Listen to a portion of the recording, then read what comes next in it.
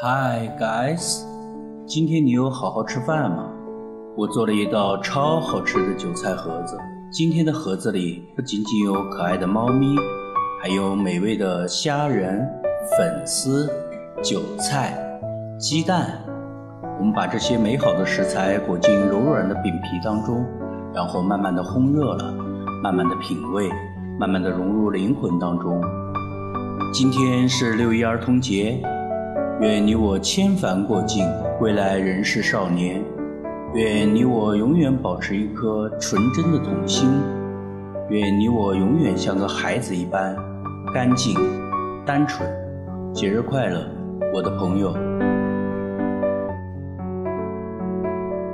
首先我们来和面，和面是需要用热水的，在热水的抚慰之下，面团会变得温柔，继而慢慢的成长成为我们所希望的那种透明的单纯。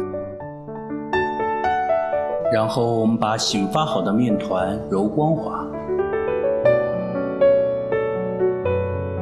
搓成长条形，分成大小合适的剂子。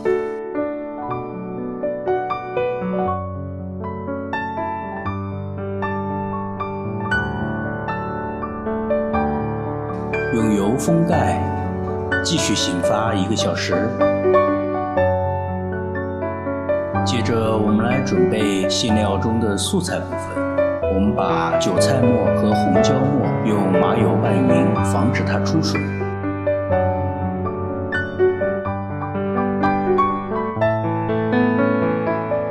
然后把虾滑、粉丝段、提前炒好的鸡蛋粒和素菜混合在一起，这样一份美味的馅料就准备好了。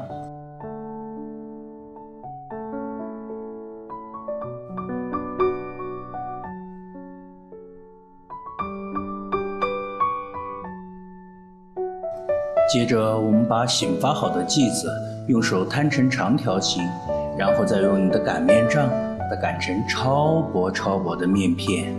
因为是用油醒发好的面团，所以它的延展性非常的好，可以擀到非常的薄。我们把美味的馅料铺在超薄的面皮中央，然后慢慢的卷起来，末端收口于底部，然后再用手轻轻的按压，慢慢的把它压成一个薄的饼状。一个完美的饼坯就已经做好了。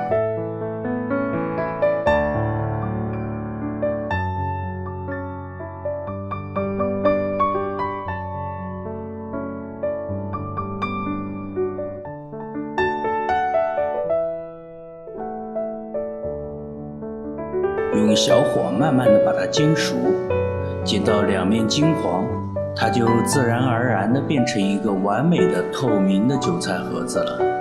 这样一份秀色可餐的薄入禅意的韭菜盒子就完成了。